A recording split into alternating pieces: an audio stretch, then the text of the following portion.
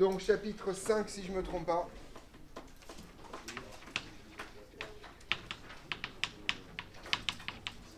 Méthode dichotomique. Donc, je vais aller assez vite tout simplement parce qu'en fait, on l'a croisé relativement régulièrement en TD. C'est des méthodes qui sont programmes. Et donc, je fais un cours... Enfin, je voulais le faire après les méthodes de tri, mais c'est pas grave, je vais le faire avant. C'est la même chose. Alors, la méthode dichotomique, mis à part le nom, c'est une méthode que vous connaissez déjà depuis le CP probablement, puisque, en fait, devoir chercher un mot dans le dictionnaire est quelque chose que vous êtes censé avoir appris à faire au CP. La méthode dichotomique, c'est ça, c'est cette méthode-là. Donc en fait, on va regarder le principe général et on regardera l'implémentation après des propriétés.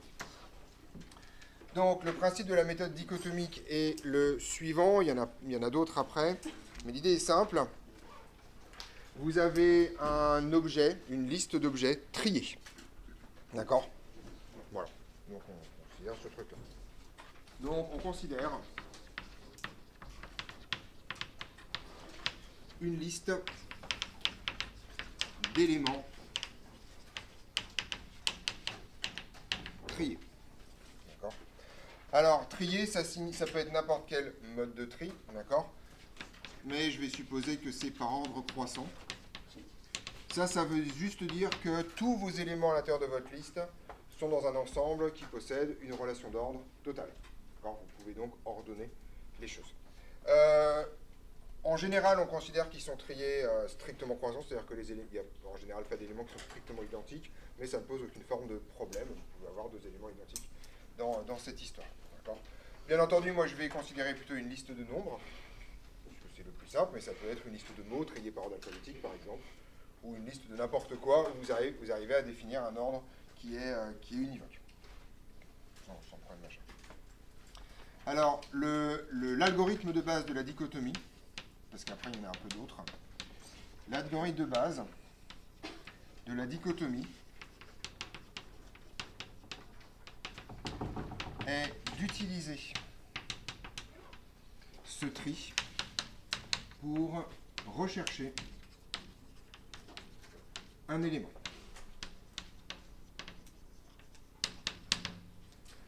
Donc, plus dans le détail, vous allez retourner sa position si l'élément est dans la liste, et sinon vous allez retourner -1 pour indiquer son absence. Donc, on retourne sa position s'il est dans la liste.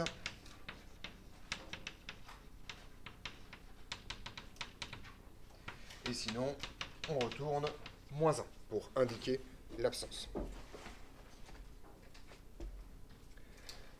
Alors, le principe est le suivant.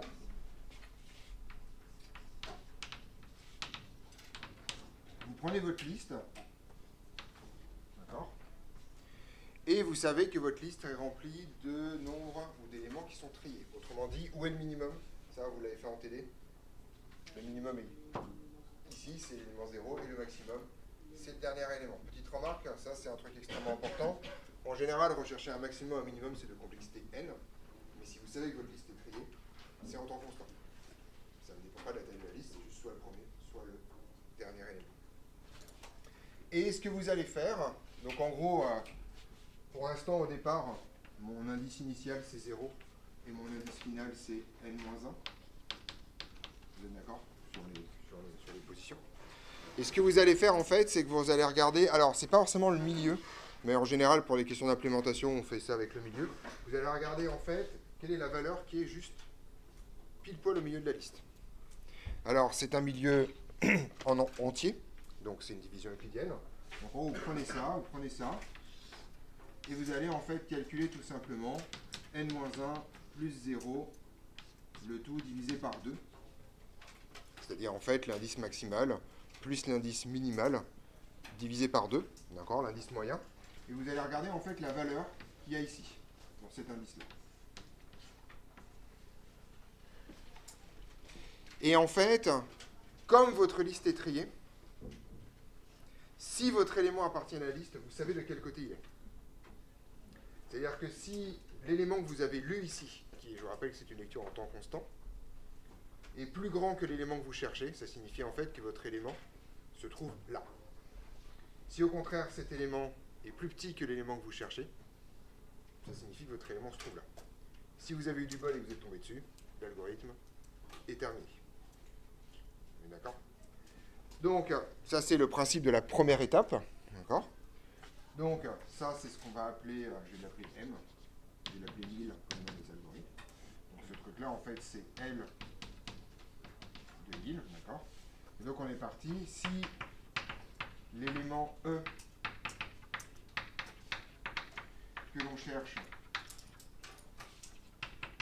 est inférieur, je reste volontairement flou sur le strict ou large, d'accord?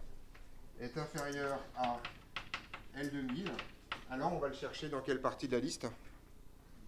1000, je l'appelais 1000, ouais, comme milieu, quoi. Non, oui, mais ouais. C'est 1000, voilà, c'est milieu, quoi. S'il est inférieur à L de 1000, il va se retrouver où? Dans la partie inférieure de la liste, d'accord? Donc on le cherche dans la partie inférieure. Donc inférieure avec des guillemets, mais c'est juste histoire de comprendre ce que ça veut dire. Et sinon, on le cherche dans la partie supérieure.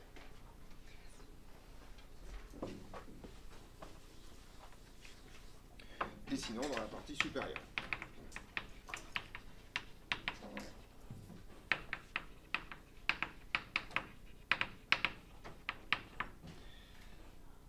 Une fois qu'on a fait ça, en fait, on peut littéralement recommencer, d'accord? C'est-à-dire que grosso modo, en fait, vous pouvez couper la liste que vous avez choisie en deux, et puis chercher ça dans la bonne partie, etc., etc. Donc pour les plus réveillés d'entre vous, c'est un peu la même méthode que la démonstration du théorème de Bolzano-Weierstrass. D'accord? C'est la même chose. En gros, Bolzano-Weierstrass, je vous rappelle que vous choisissez le demi-intervalle où vous êtes sûr qu'il reste une infinité de termes, puis vous compactez ça jusqu'à ce que votre intervalle ait une taille inférieure au epsilon qui vous intéresse. Voilà. Vous vous souvenez de ce que je vous ai dit en début d'année sur le epsilon? Dès que M. Lévy dégaine à epsilon, c'est qu'il veut faire ça. Ben, voilà. Alors, le gros avantage des algorithmes dichotomiques, c'est que la taille de votre champ de recherche est divisée par 2 à chaque coup. Donc, imaginez par exemple que vous ayez 1000 termes au départ. On va dire 1024 pour que ce soit plus facile à calculer. D'accord? À la première étape, vous cherchez dans une liste de 1024 termes. À la deuxième étape, dans une liste de 512 termes. À la troisième, dans une liste de 256. D'accord? Et comme vous savez par cœur que 1024, c'est 2 puissance 10, ça vous raconte qu'en fait, au bout de 10 étapes, vous tombez sur une liste de taille 1. Et chercher un élément dans une liste de taille 1, soit il est là, soit il n'est pas là. C'est un peu le concept de base. Donc dans le principe, c'est ça l'idée. Donc vous avez en fait un problème dont la taille descend de façon extrêmement rapide, tout simplement parce qu'en fait vous élaguez le problème et vous enlevez toutes les parties du problème qui ne vous intéressent pas. D'accord? Donc ça c'est assez... Donc je continue avec ça. On recommence ensuite. On recommence jusqu'à avoir une liste de taille 1. Ça c'est l'algorithme dans toute sa pureté. On peut faire un peu différemment. Mais on va en faire. Alors, le truc intéressant, c'est donc que la taille du champ de recherche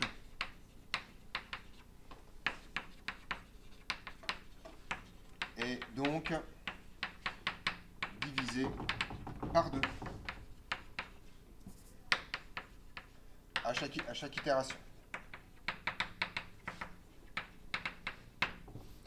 Autrement dit, si au départ vous avez une liste de n termes, eh bien en fait, vous divisez par 2, donc au bout de n itérations, la taille de votre recherche sera n divisé par 2 puissance grand n, où n est l'étape finale.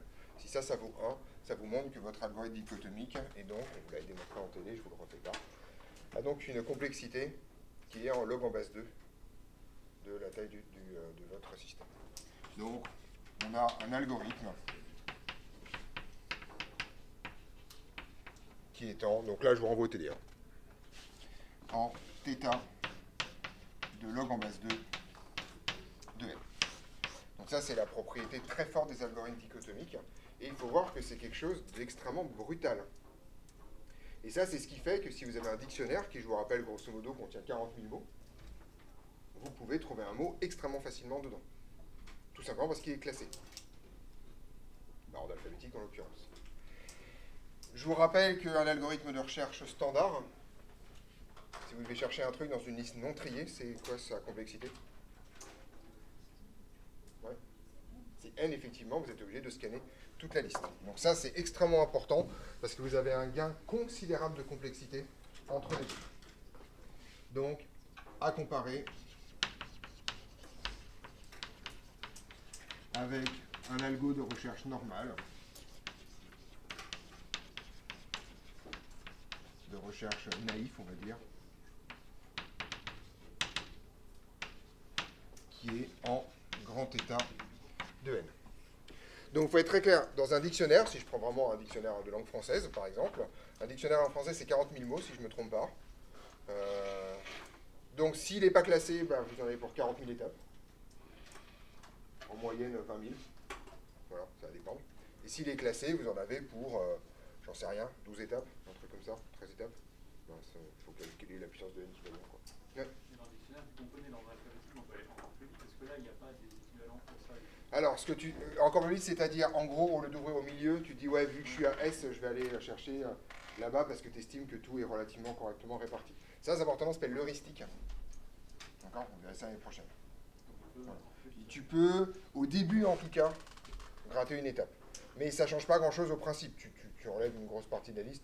Mais effectivement, c'est relativement vrai. Petite remarque, ça marche vaguement pour un dictionnaire. Je t'informe que ça marche absolument pas, parce que c'est un truc qui me perturbe depuis des années, pour une liste de classe, par exemple. En fait, alors, faut que je regarde votre liste, mais je crois que donc la lettre médiane, c'est M. Et en fait, quand on arrive dans votre liste de classe à M, on est déjà aux 3/4 de la classe. En fait, il y a énormément de noms en A, B au début de l'alphabet. Voilà. Et donc, voilà, c'est un truc que j'ai remarqué il y a des années, parce que au départ, je soupçonnais un bug dans Parcoursup, donc ça m'angoissait beaucoup. Que, tu vois, d'avoir une mail, c'est juste visiblement structurel dans les noms. Voilà. Ouais.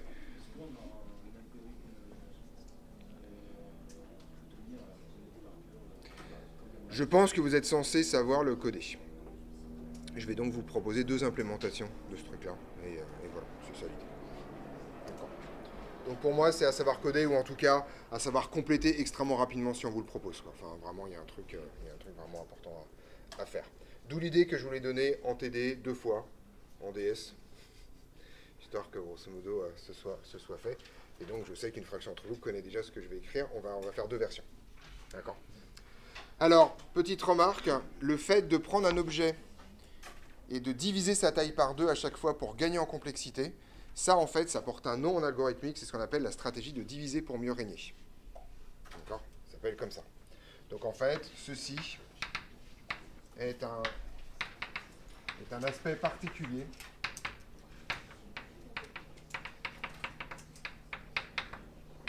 d'une stratégie. Alors, c'est pas la seule, on va revoir ça avant les vacances. D'une stratégie divisée pour mieux régner.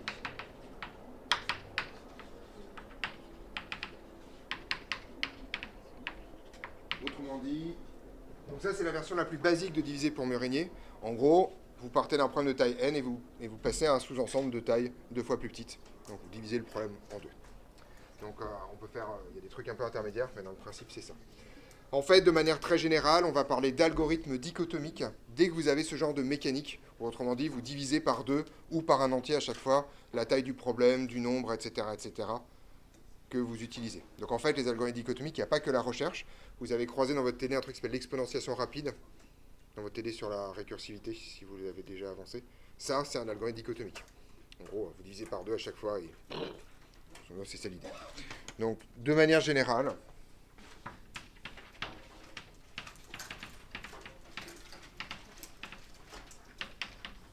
tout problème où l'on peut diviser par, en général c'est par 2, ou un entier, ou un autre entier,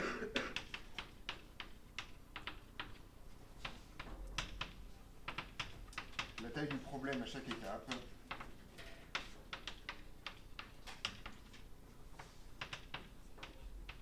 est qualifiée de dichotomique.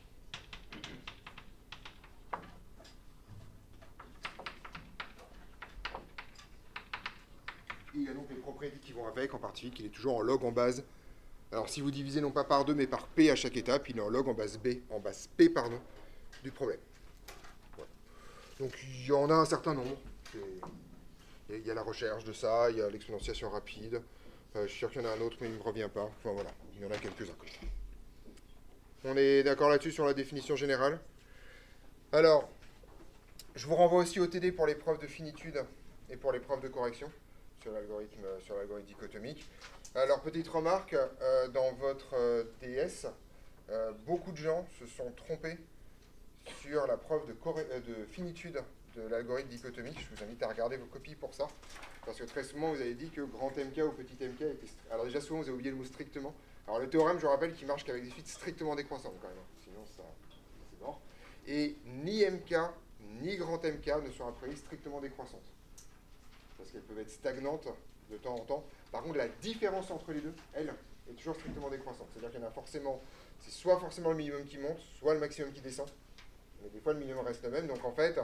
Petit MK était une suite croissante, grand MK une suite croissante, mais la différence entre eux est strictement décroissante. D'accord, il y avait une petite subtilité.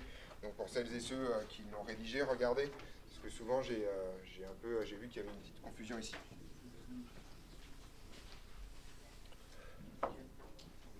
D'accord là-dessus? Donc c'est toujours les mêmes. Le variant de boucle, c'est la taille de votre champ de recherche, ou le truc que vous divisez par 2 à chaque fois, en gros. Voilà, Sproch. Et pour les preuves de correction, ça dépend essentiellement du problème. Donc on est parti. Donc on va regarder diverses implémentations. Et en particulier, il y en a une qu'on n'a pas vue en TD. En fait, donc on va faire les 2 itératives, surtout. Et je vais vous expliquer en quoi elles sont différentes. Donc, je pense que vous devez connaître les deux, et qu'il y en a une des deux que vous savez faire, vous devez savoir faire comme ça. Donc celle-là, je vais l'appeler l'itérative 1, et je vais, comme d'habitude, lui donner un petit nom. Je vais appeler ça la version coup de bol. Voilà. Vous allez comprendre pourquoi j'appelle ça la version coup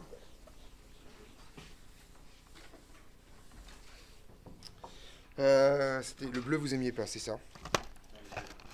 Hein? C'est le violet que vous aimez. Je prends du violet. Alors, je fais directement l'implémentation en Python, on va en discuter. Donc le principe est le suivant. Alors l'idée, physiquement, c'est toujours la même chose. Quand vous ouvrez un dictionnaire, vous ne jetez pas à la poubelle le dictionnaire qui ne vous intéresse pas. Et donc, en dichotomie, c'est un peu la même chose. Vous ne modifiez pas la liste au fur et à mesure. Donc vous ne prenez pas une sous-liste, tout simplement parce que si vous faites ça, vous perdez la position dans cette histoire. Tout simplement parce que, en fait, à la fin, votre élément sera forcément en position 0. Vu que votre dernière liste. Ça, c'est un des énormes problèmes, en particulier quand vous faites une implémentation récursive de ça. Parce que vous aimeriez bien descendre la liste, mais il faut garder en mémoire la liste originelle, et c'est les indices qui vont bouger. Donc en fait, assez curieusement, la dichotomie s'implémente beaucoup mieux en itératif, à cause de la recherche dichotomique s'implémente mieux en itératif à cause de ça. Alors, l'idée est la chose suivante. Donc en fait, ce que je fais, c'est pas donc réduire la taille de la liste, mais réduire en fait le champ de recherche. Il y a plusieurs façons de le faire. Si M. Bougie le refait l'année prochaine, je sais que lui, il n'a pas la même religion que moi. Donc lui, il prend de 0 à n, et il fait n-1. Moi, je prends vraiment les indices inclus dedans, donc vraiment de 0 à n-1 au départ. Les 2 indices sont inclus, c'est rien, un peu propre. Donc on est parti, je vais faire ça sous forme d'une fonction. Je vais l'appeler dico1. Et dico1 prend 2 paramètres, la liste dans laquelle vous recherchez, et l'élément que vous êtes censé trouver. D'accord. Donc, initialement, votre champ de recherche est relativement simple. Je vais les appeler grand M et petit m, pour maxi et mini. D'accord. Donc, petit m, c'est 0, c'est pas très compliqué, c'est le premier indice de votre liste. Et grand M, c'est pas très compliqué, c'est l'N de L moins 1, c'est-à-dire l'indice maximal de votre liste. C'est bon? Tout le monde est avec moi là? C'est pas très compliqué. Et en fait, ce que je vais faire, c'est la chose suivante. Alors, vous allez voir que là, il y aura une petite subtilité par rapport aux autres. Je vais faire une condition d'arrêt qui est tant que j'ai une liste de taille non nulle. Autrement dit, tant que j'ai encore un espace à chercher. Et donc, en gros, par rapport à ce qu'on avait fait, je vais écrire ça. Et vous voyez que par rapport à la dichotomie qu'on a vue en TD, ce n'est pas la même condition d'arrêt. En TD, il il n'y avait pas le inférieur ou égal. Je vais vous expliquer pourquoi. Alors en fait, ici, ce que je vais faire, c'est qu'au lieu d'avoir deux cas, le cas en dessous ou le cas au-dessus, je vais en fait avoir trois cas. Soit je tombe dessus, auquel cas je m'arrête tout de suite. Version coup de bol, d'accord? Soit ensuite je continue.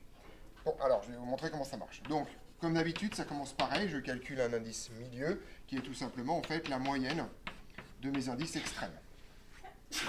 Voilà. Et là, en fait, je vais avoir trois cas.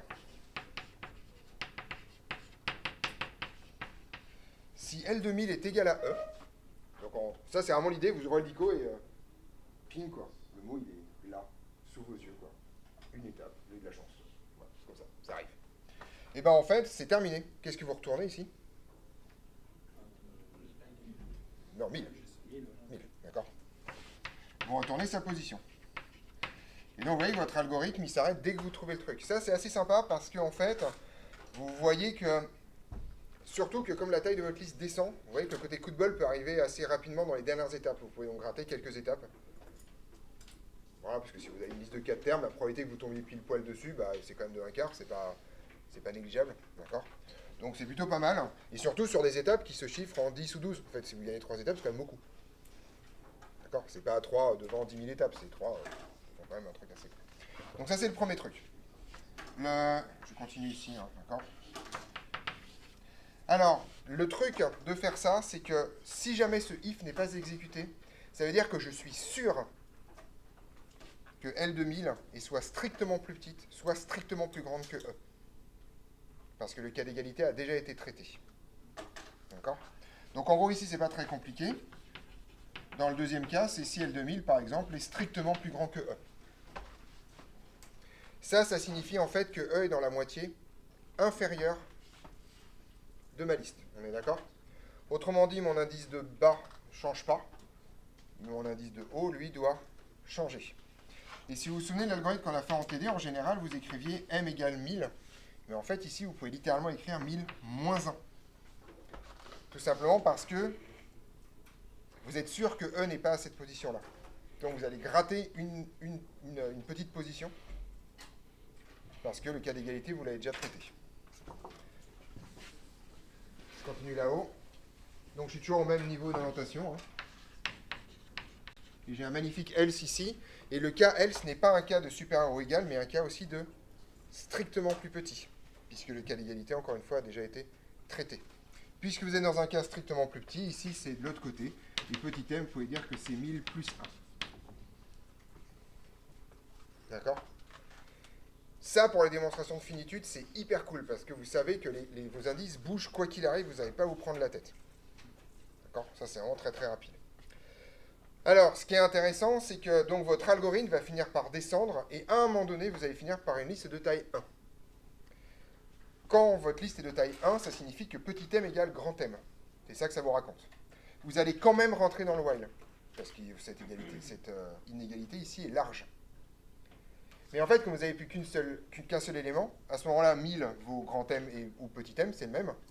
Et si votre élément est dedans, vous allez tomber là-dessus. Si vous ne tombez pas là-dessus, ça signifie que votre élément n'est pas dans la liste. Donc en gros, vous sortez ici et vous mettez un return moins 1. Donc vous voyez, dans la version coup de bol, vous n'avez pas le petit ajustement à la fin qui vous dit, bon, maintenant que j'ai une liste de taille 1, est-ce que je vérifie que mon élément c'est celui-là ou est-ce que c'est pas celui-là? Donc moi, c'est celui que j'aime bien.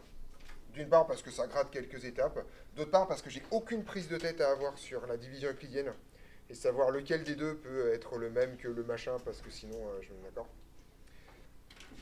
Et voilà, je décale de 1 à chaque fois, je ne me pose pas de questions parce que je suis sûr que je ne suis pas dessus. Ouais, Adam.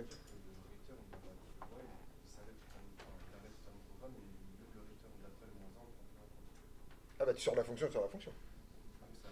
Non, mais non, un return sort de la fonction. C'est écrit dans ton cours sur les fonctions. Non, un return sort de la fonction, quoi qu'il arrive. C'est l'avantage de coder en fonction. Si tu n'es pas en fonction, c'est effectivement hyper chiant. Mais là, le return, c'est ciao bambino, et il ne se passe plus rien. D'accord? Non, c'est hyper bien les returns. Justement parce que ça évite de mettre des breaks partout, des conditions, si je l'ai trouvé, je le fais pas, non, allez, return, tu t'en vas, c'est fini, c'est fini. En fonction, tu sors, d'accord. Donc voilà, oui. Imaginons que on donne une liste qui répond à notre algorithme. Est-ce qu'on ne peut pas rajouter une liste qui trie la liste? Alors, non, alors, si j'avais fait les algorithmes de tri avant la dichotomie, je vais te répondre, mais là tu vas devoir admettre quelque chose. Il n'existe pas de tri meilleur que n log de n. Donc, en gros, ça signifie que si tu as une recherche à faire, c'est plus intéressant de la faire en naïf sur une liste non triée. Parce que n log de n, c'est pire que n. Bien sûr, le principe d'un dictionnaire, c'est que tu vas faire des recherches plusieurs fois. Donc, en fait, là, ta question, c'est une question plutôt de fond. C'est est-ce que, en fait, ta liste, tu vas faire beaucoup de recherches dedans. Donc, ça vaut le coup, à un moment donné, de la trier, et ensuite de faire plein de recherches. Mais la trier, faire une recherche, et ensuite de tout virer, ça c'est pas bon. Ça, c'est trop gourmand. C'est plus compliqué. Tu le sais, hein, par ailleurs, si tu sais que tu as des cartons de bouquins et que tu cherches un bouquin et qu'après tu veux tout foutre à la poubelle, tu sais que tu vas pas retrier tous tes bouquins pour retrouver le livre, en fait. Tu vas juste scanner un par un jusqu'à ce que tu tombes sur le truc, puis arrête, terminé. Voilà. Donc, il n'existe aucune méthode de tri qui soit meilleure qu'une recherche naïve. Donc, à partir de ce moment-là, vaut mieux faire, si tu n'as que ça à faire, vaut mieux faire une recherche naïve. Voilà. Par contre, si tu sais que tu vas l'utiliser plein de fois, bah là, tu inventes une méthode de classification. C'est obligé, et tu fais. C'est bon sur cette méthode-là? Tout le monde comprend pourquoi ça s'appelle la méthode coup de bol? Parce que ça se trouve, à la première étape, ça marche. Si vous avez des démonstrations à faire sur cet algorithme-là, c'est la pire implémentation. Parce qu'en particulier, l'expression de l'invariant de boucle est un cauchemar. Donc, je vous donne la variante boucle, c'est pour tout cas effectivement atteint par l'algorithme, parce que comme vous pouvez vous barrer à n'importe quel moment. Et donc, en gros, le vrai invariant de boucle, c'est si l'étape K est atteinte par l'algorithme, alors E est dans la liste qui est, il y a une équivalence entre les deux sur le machin, et c'est O, donc c'est une implication qui implique une équivalence. Les démonstrations, c'est un cauchemar à rédiger. Donc, si vous avez des rédactions à faire, c'est pas celui-là, c'est l'autre. D'accord? Voilà, que je vais vous donner maintenant. Oui. Le moyen, c'est juste que si jamais E n'est pas dans la liste, eh ben, tu vas jamais le croiser ici. Enfin, si jamais, pardon, ce cas-là n'est jamais atteint, eh bien, ça veut dire que E n'est pas dans la liste. Donc, en gros, tu retournes-moi ça. Il est en dehors de la boucle while. Hein. Ici. En fait, en gros, à chaque fois, tu regardes l'élément milieu de ta liste et tu regardes si c'est celui que tu cherches. Si ce n'est pas le cas, tu continues. Mais à un moment donné, ta liste, elle va descendre à une liste de taille 1. Parce que tu as une égalité. Quand tu as une liste de taille 1, tu n'as pas le choix. Soit il est là, soit il n'est pas là. Et donc, à partir de ce moment-là, L de 1000, ce sera ça. Ce sera le seul élément qu'il y a dans ta liste. Et tu sors. Donc, en fait, le fait de mettre une inégalité large ici, c'est un truc qui me permet d'incorporer le cas d'après qu'il y a dans l'algorithme que je vais vous implémenter maintenant. C'est ça l'idée. Moi, je le trouve plus simple à implémenter celui-là. Parce qu'on va voir en fait les problèmes. Parce que si je ne me trompe pas, l'algorithme dichotomique de façon itérative, vous l'avez donné. Je ne l'ai pas laissé coder. Ou alors je l'ai fait en pseudocode et j'avais réfléchi aux inégalités strictes et larges. Je sais plus. Je pense que j'ai réfléchi à votre place à un moment donné. Petit 2. Itératif 2, c'est ce qu'on appelle le standard. Alors je vais aller un peu plus vite, mais je vais vous montrer où est-ce qu'il y a prise de tête dans cette histoire.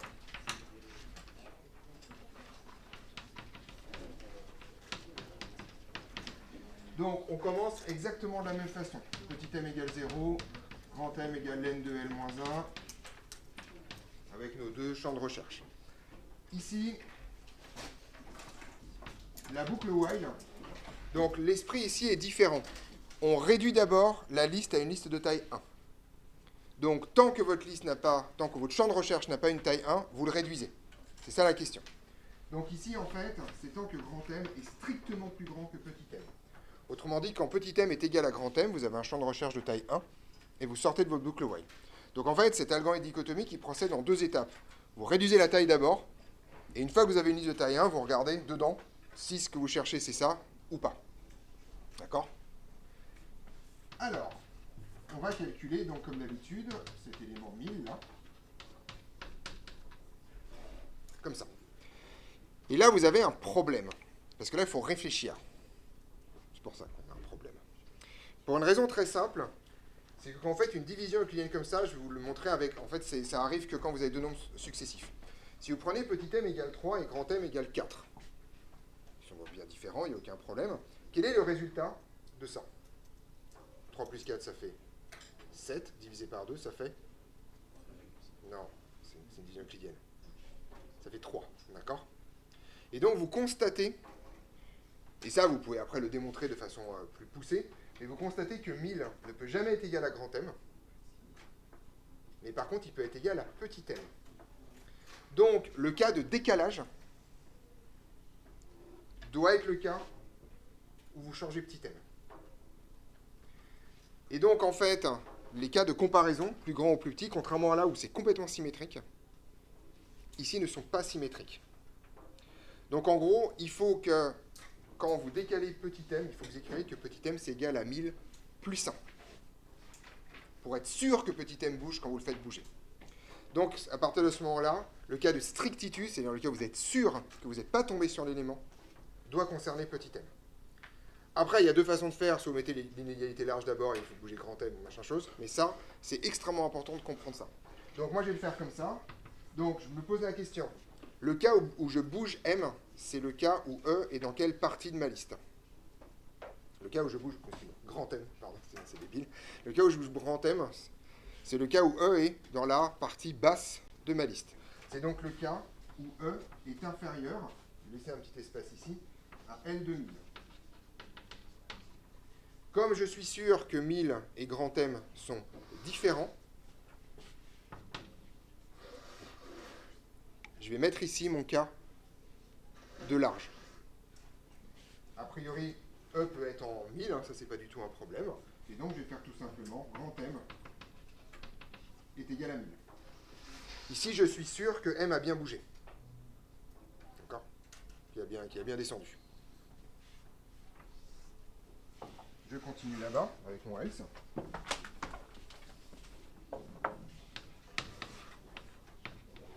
Et là, en fait, comme j'ai traité le cas d'égalité large, je suis sûr que petit e et pas en petit m. Non, pas en petit en 1000, plus exactement. On est d'accord? Et comme je suis sûr de ça, et ben en fait, je sais que petit m, ça va être égal à 1000 plus 1. Et là, je suis sûr que petit m aura bougé. Parce que même si petit m est dans ce cas, enfin, 1000 est égal à la valeur précédente de petit m, le plus 1 me fait le décalage qu'il faut pour que ça marche. Si vous inversez les deux cas, en particulier si vous mettez ici un cas strict et un cas large là-bas, vous allez tomber à un moment donné sur une liste de taille 2 qui ne bouge plus. En fait, l'idée, c'est que si vous faites une démonstration très propre de la finitude, vous n'allez pas réussir à prouver dans l'autre cas que le petit mk est strictement croissant. Enfin, il change à chaque fois. En général, on fait, ouais, bon, ça marche, c'est pas grave, mais quand on fait ça bien, c'est ça. Ici, vous n'avez que deux cas, if-else, d'accord? Et vous sortez de votre boucle while quand votre liste est de taille 1. Donc là, vous revenez à un cran au-dessus, d'accord? Voilà. Et ensuite, on est parti. Ici, ma liste est de taille 1. Et en fait, petit m est égal à grand M. À partir de ce moment-là, vous regardez si le seul élément de votre liste restante est égal à 1. Si c'est le cas, vous retournez petit m. Et sinon, vous retournez quoi? Moins 1. Cette version-là, elle est plus prise de tête à implémenter, parce qu'il faut réfléchir à cette histoire de strict large. Par contre, pour faire des démonstrations, elle est beaucoup plus simple, parce qu'il y a l'étape de réduction de la liste et l'étape d'équivalence. Ouais. Pourquoi il y a un else suivi d'un if? C'est pas le même else, c'est pas le même niveau d'orientation. Ah ok, donc le if... Ce else-là suit le if là-bas. Et du coup, ils sont dans le while. Et ils sont dans le while. Ceux-là ne sont plus dans le while, ils sont décalés, ils sont sortis. C'est le même algo que celui qui est dans votre télé. Hein. Et probablement avec les mêmes notations, parce que c'est le même cerveau qui a fait ça. On est d'accord là-dessus? Sur ce truc-là, c'est pas compliqué. Il me reste 5 minutes et là, je vais vous faire la version dichotomique du problème. Dichotomique. Enfin, la dichotomie de la dichotomie, c'est génial. La version récursive du problème, pardon. Et pour vous voyez un peu comment on fait pour s'en sortir dans cette histoire-là.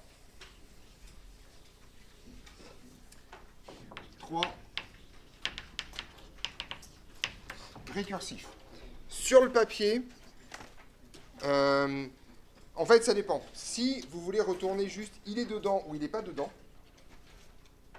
la récursivité marche hyper bien, parce que vous en foutez de la position du truc dans cette histoire.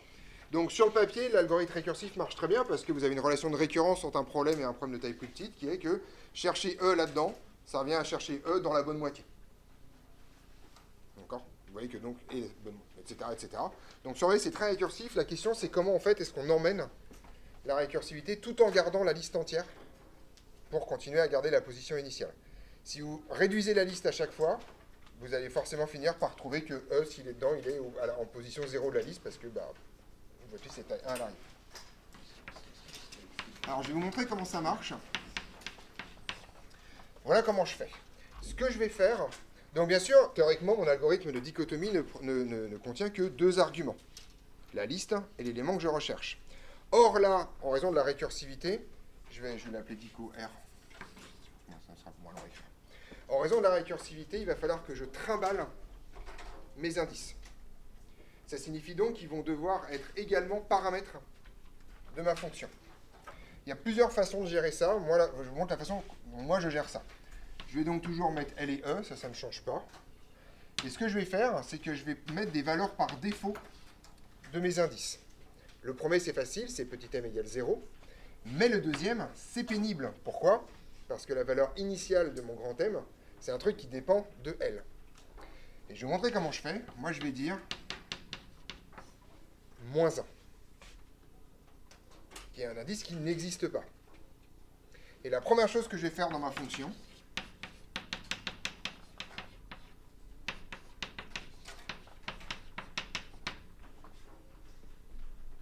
c'est que si jamais j'appelle la fonction sans paramètre, la première chose que va faire ma fonction, c'est donner la bonne valeur à grand M. Alors, je vous explique comment ça marche. Si je fais dico récursif de L et de E, comme j'ai des valeurs par défaut, il va affecter 0 à petit m et moins 1 à grand M. Et il va tester immédiatement que m vaut moins 1. Et il va donc lui donner la bonne valeur, ce que j'ai le droit de faire ici, parce qu'elle est rentrée dans la fonction. Donc, il sait calculer ça. C'est une gestion du problème pour que l'utilisateur à terme n'ait que 2 paramètres à saisir, mais que quand même on soit capable d'éponger 4 paramètres. Oui. Parce qu'en fait, Python est incapable de lire la valeur de L tant qu'il n'est pas dans la fonction. Donc on aimerait bien, mais ça ne marche pas. Voilà. D'où le fait que je prends une valeur absurde, d'accord, qui a priori n'arrive jamais, moins 1 typiquement, c'est un indice qui n'existe pas. J'aurais pu mettre vide, pi, enfin voilà, un truc dont tu es sûr que ça n'arrivera pas naturellement dans l'algorithme. Voilà, c'est pas très compliqué. Oui. Non, justement, il n'est pas capable de lire ici. Oui, mais sauf qu'après, M doit prendre une valeur. Pour un if, quand même. Parce que dans les appels récursifs, M, sa valeur va changer pour le coup. Donc, en gros, ce ne sera pas toujours le dernier élément de la liste, c'est sa valeur initiale. Une fois qu'on a fait cette précaution, et ben, on va faire de la récursivité standard, c'est-à-dire le cas de base.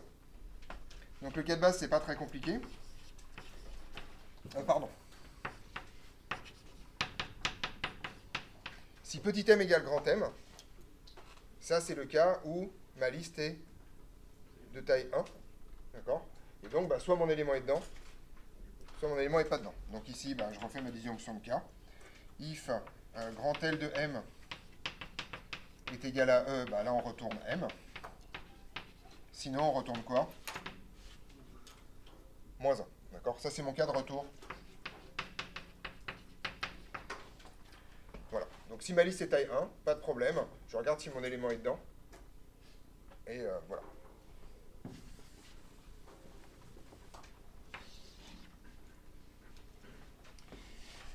Alors, je m'intéresse à ce niveau-là, d'accord ? Donc je suis là, ok.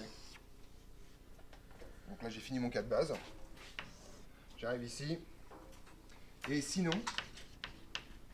là, j'ai mon cas de propagation, mon cas d'appel récursif. Et bien, c'est relativement simple. Je vais faire exactement la même chose. je calcule 1000, qui comme d'habitude vaut grand M plus petit m sur 2. D'accord? Et je fais exactement la même chose qu'ici. D'accord? Si petit e est inférieur ou égal à L de 1000, alors en fait, il va falloir que je m'intéresse à la liste, mais en ayant changé grand M. Et donc en fait, qu'est-ce que je vais faire ici? Je vais faire return, dico grand R. Donc je rappelle ma fonction de dichotomie. Et je l'applique à quoi? Qu'est-ce qui va changer dans cette histoire? Donc, c'est les mêmes arguments. Grand L, c'est bon. E, c'est le même. Petit m ne changera pas. Et grand M va changer. Donc, L, E, petit m, et c'est 1000 ici. Donc, vous voyez en fait que c'est littéralement ce cas-là, recopié dans un appel récursif. Et sinon, vous retournez quoi? L, E. Et c'est pas 1000, c'est 1000 plus 1. 1000 plus 1. Et 30. Voilà. Vous remarquez quand même que même si sur le papier, l'algorithme de la recherche dichotomique a l'air de bien se passer en récursif, le codage est pénible. En fait, c'est pas beau, quoi. Alors, en général, quand on passe en récursif, c'est quand même pour avoir des trucs un peu plus élégants. Là, il y en a quand même partout. On est obligé d'avoir des paramètres supplémentaires qui font chier le monde. Globalement, moi, la dichotomie en récursif, c'est un truc que je code pas.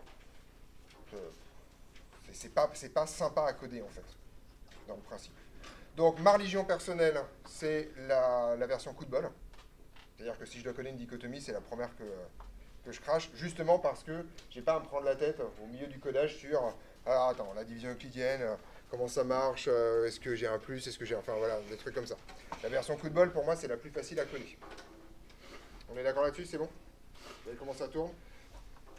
Pour moi, vous devez savoir, au minimum pour les deux itératifs, les compléter si on vous les montre, encore les reconnaître, savoir que c'est en log au base de 2n, faire les preuves, etc., etc. Toutes choses qu'on a fait en télé. Mais au moins, là, vous avez un truc propre sur les algorithmes dichotomiques. Et on en reverra quelques-uns, surtout en simulation numérique en particulier, après. Là, c'est LEM1000, et là, c'est LE1000 plus 1 grand M. 1000, ouais, c'est 1000 ici. C'est toujours le même, enfin. Mais vous voyez qu'en fait, on est en train de faire un algorithme itératif un peu caché dans du récursif, là. Voilà. Donc il y a d'autres façons de le faire plus élégantes, mais pas tant que ça, quand même, globalement. Non, c'est pas beau, en fait. En fait, la dichotomie marche hyper bien si jamais la chose que vous voulez, c'est retourner true ou false. Auquel cas, vous en foutez des indices, donc là, vous virez tout. Mais de toute façon, il y a des ifs partout, parce que la disjonction 4, tu dois la faire. Il n'y a pas de stop. Oui. Il manque tout à fait 2 points après le dernier else. Complètement. Et d'ailleurs, après le if ici, aussi. Ouais, j'ai oublié mes 2 points. Enfin. Voilà. La semaine prochaine, on commence les algorithmes de tri. Et c'est ce qui nous occupera, je pense, quasiment jusqu'aux vacances.